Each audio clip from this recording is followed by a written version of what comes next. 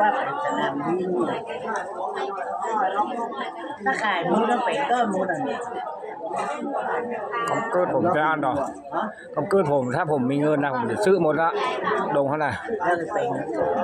จะเกตหน่อยมดแปลงบ้านเอาก้าถ้ามีเงินสักพันล้านน่ะต้องไปสนามบินน่ะแปลงสนามบินบัดได้อู้โหจัดระเบียบเนี่ยเอาแปลงบ้านให้คนมาเจ้าอยู่คนภาคใต้ขึ้นมาแล้วบอกก้อยบ้านกับคนหัวต้มเนี่ยเกตเกตเกตกับเทเขากินหมดก้าแปลงซอยแปลงตั้งดีๆหมดก้าแปลงดีๆหมดอ่ะแปลงวัดที่กูเขาเหี่ยอ้อนกันยางกับพูจะไปซื้อหลายร้อยล้านลูกโอ้เขามีเงินเป็นคอนล้านนี่ให้จะมาดูอ๋อเขาจะไปแปลงเขาเกตแปลงจัดสรรให้เขามาซื้อมาเลยบ้านเขาแปลงบ้านเลยบ้านเจ้าตุ้ยไก่ตุ้ยรถติดต่อเลย